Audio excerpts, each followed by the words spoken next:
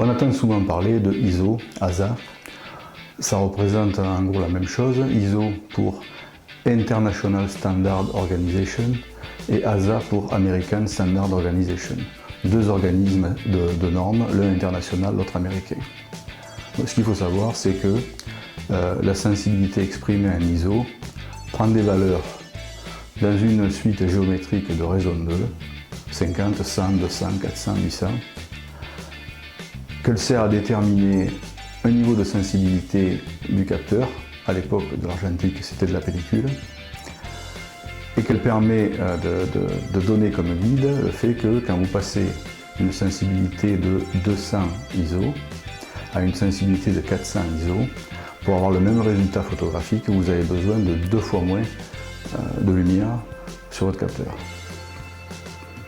Donc si une photo est bien exposée à 200 ISO, à 400 ou à 100, elle sera soit surexposée, soit sous-exposée, sauf si vous modifiez d'un spot le diaphragme, en plus ou en moins, ou d'un spot la vitesse, en plus ou en moins.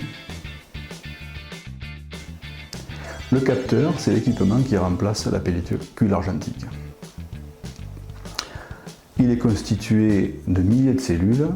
Ce sont des cellules photovoltaïques qui permettent de transformer la lumière reçue par cette cellule en signal électrique.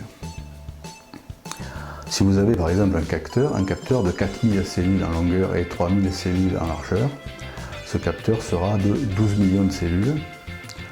On dit aussi 12 millions de pixels. C'est un peu un abus de langage.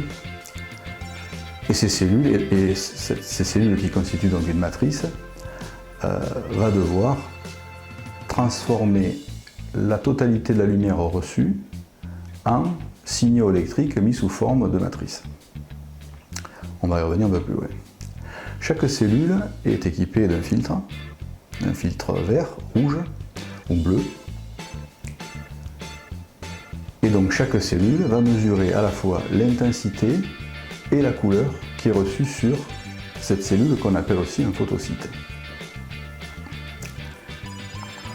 Pour constituer un pixel, qui lui n'est pas un objet physique, mais un objet un peu plus virtuel, qui représente finalement un triplet de valeurs, valeur de l'intensité de lumière verte, valeur de l'intensité de lumière rouge et valeur de l'intensité de lumière bleue, on va utiliser la valeur de la cellule avec son filtre, mais aussi la valeur des cellules adjacentes pour constituer les deux autres couleurs. Les essais et les recherches ont montré que pour être le plus fidèle à ce que voit l'œil humain, les filtres qui sont positionnés sur la matrice doivent comporter 2 fois plus de filtres verts que de filtres rouges ou de filtres bleus. La matrice qui est utilisée le plus souvent s'appelle matrice de Bayer.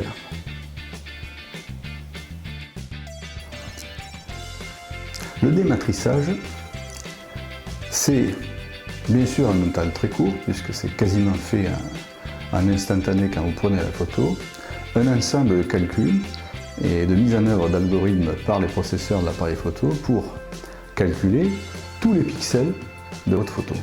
Donc ces pixels sont bien la valeur d'un photosite pour une couleur et une moyenne des photosites autour de ce photosite pour avoir les deux composantes des deux autres couleurs. Donc finalement il y a autant de photosites que de pixels, mais les photosites sont des objets physiques qui servent à convertir la lumière en signal électrique, alors que les pixels sont, on va dire, des triplets calculés de 3 valeurs de couleur, rouge, vert, bleu. En sortie du capteur, un dispositif électronique, un compilateur, va permettre de récupérer tous ces signaux électriques pour en faire un fichier informatique qui comprend l'ensemble des données qui constituent cette photo. Donc pour fabriquer ces fichiers informatiques, le calculateur et le compilateur va échantillonner chaque valeur selon un code de 8 bits, ou de 10 bits, ou de 12 bits, ou de 14 bits, ce qui chaque fois va donner plus de possibilités. Un échantillonnage 8 bits est sur 256 valeurs différentes. Un échantillonnage sur 14 bits dépassera les 16 000 valeurs. Donc ceci constitue le fichier. Le fichier brut est souvent appelé un fichier RAW. En général, ce fichier RAW est légèrement compressé. La compression qui est faite est ce qu'on appelle une compression sans perte de données. Ce qui veut dire que sur ce fichier RAW de sortie, pour Nikon, le fichier sera un fichier NEF. Pour Canon, ce fichier sera un fichier CRW. Chaque constructeur a en gros sa terminaison propriétaire. Mais ce fichier de données est un fichier qui va conserver la totalité des informations lumineuses, traduites en signaux électriques et après en données numériques, de la photo que vous avez prise. Vous pouvez aussi demander à votre boîtier de faire une sortie en JPEG, qui est là un format plus ou moins on va dire, précis en termes de définition, puisqu'on peut choisir la taille du fichier JPEG, mais ce sont des fichiers compressés, ce qui veut dire que les données compressées ne seront plus, en tant que de données d'origine de la photo, utilisables, notamment si vous faites du post-traitement, car la compression détruit ces données. Essayons maintenant de voir les aspects un peu plus pratiques. La sensibilité ISO et donc la traduction d'une transformation de signaux lumineux, des photons, en signal électrique, ensuite codé et posé dans un fichier.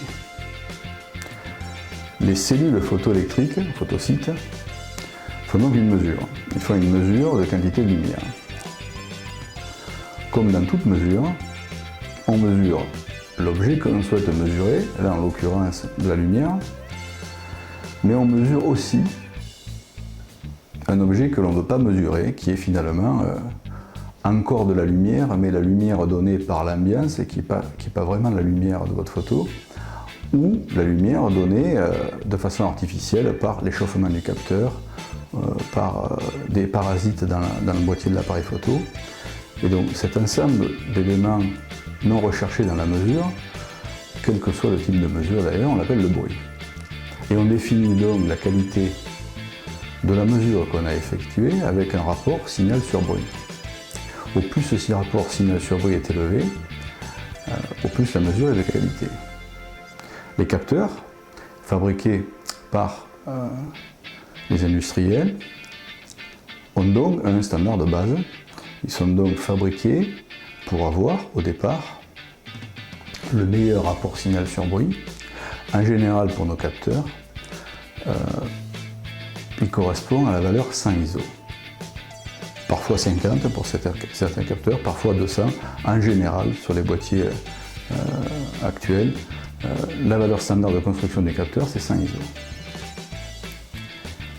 Les autres valeurs ISO que vous allez donc indiquer sur votre molette de réglage, 200, 400, 600, correspondent donc à des niveaux d'amplification électrique que le boîtier va donner à la sortie du capteur pour alimenter les algorithmes de calcul, d'échantillonnage et d'encodage. Le fait d'amplifier va amplifier à la fois le signal qu'on mesure, mais amplifie aussi le bruit. Et en montant cette amplification, le rapport signal sur bruit se dégrade.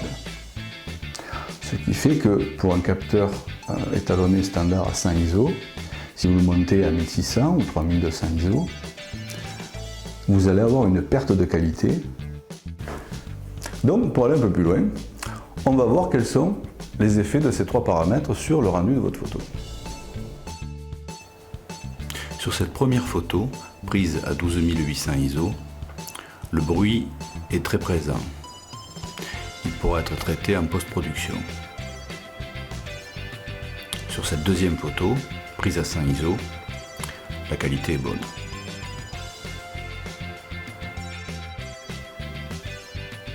De façon pratique, comment se traduit cette dégradation du rapport signal sur bruit, c'est-à-dire de cette dégradation que l'on a sur la qualité de sortie du fichier de photo, quand on a poussé la sensibilité ISO au-delà donc de la sensibilité standard du capteur. Et ça va se traduire par deux types de dégradation. Une première dégradation, dite aussi achromatique, qui se voit sur les photos sur la définition des contours. La définition des contours est moins nette, moins précise, et on voit apparaître une espèce, si on fait référence à l'argentique, de grain. L'autre type de dégradation, qui est une dégradation colorimétrique, va se traduire par des couleurs inappropriées, inattendues, des moirures, en tous les cas, des niveaux de couleurs qui ne correspondent pas à la photo que vous avez prise. Ces deux défauts qui apparaissent quand on pousse les sensibilités ISO peuvent être traités en post-production. Pour cela, il faut avoir pris sa photo en RAW pour que le traitement fait après par votre logiciel de post-production soit efficace. Et donc il va falloir à la fois traiter sur le bruit achromatique et le bruit colorimétrique. Des aides, voire des automatismes permettent d'ailleurs de traiter ça. Par expérience, vous verrez qu'il faut aussi jouer sur la netteté pour à la fin avoir un rendu de photo correct, en tous les cas qui soit satisfaisante pour ce que vous avez souhaité obtenir, en sachant qu'au départ, les conditions de prise de vue étaient bien sûr très difficiles. On voit donc que quand on est mis face à un objet difficile à photographier du fait du peu de lumière, notre appareil photo nous permet, en poussant la sensibilité ISO, de passer outre, de réussir à faire une photo. Il faut quand même prendre des précautions pour que le rendu soit le meilleur possible. La première précaution est de photographier en RAW pour pouvoir bénéficier de la totalité de l'information lumière sur le fichier photo que vous allez récupérer et post-traiter après dans votre logiciel.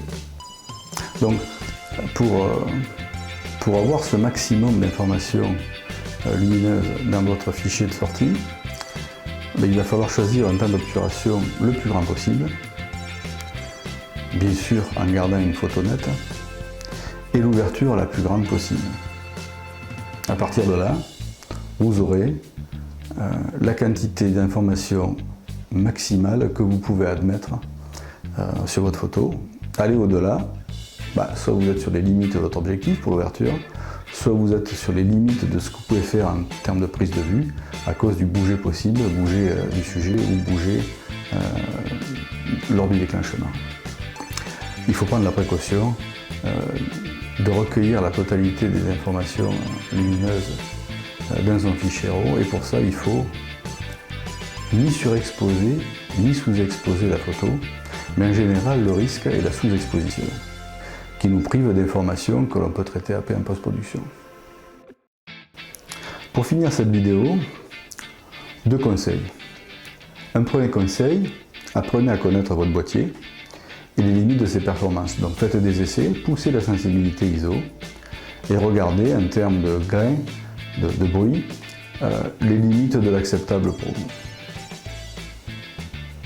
Deuxième conseil, chaque fois que vous le pouvez, faites vos photos à 100 ISO, ou du moins à la qualité standard de fabrication de votre capteur. Pour finir, si vous voulez aller un peu plus loin, livrez-vous à des expériences. Prenez par exemple une photo en basse lumière, en fixant une valeur pour l'ouverture et une valeur pour le temps d'obturation. Et choisissez des conditions de lumière de votre scène pour avoir par exemple une photo bien exposée à 6400 ISO. À partir de là, et sans rien changer, vous allez baisser votre sensibilité ISO pour revenir à la valeur native de votre capteur, par exemple 100 ISO. Et vous allez refaire dans les mêmes conditions de vitesse et de diaphragme la même photo. Ensuite, vous partez en post-production et vous travaillez les 2 photos et vous me ferez part de vos résultats. Salut à tous!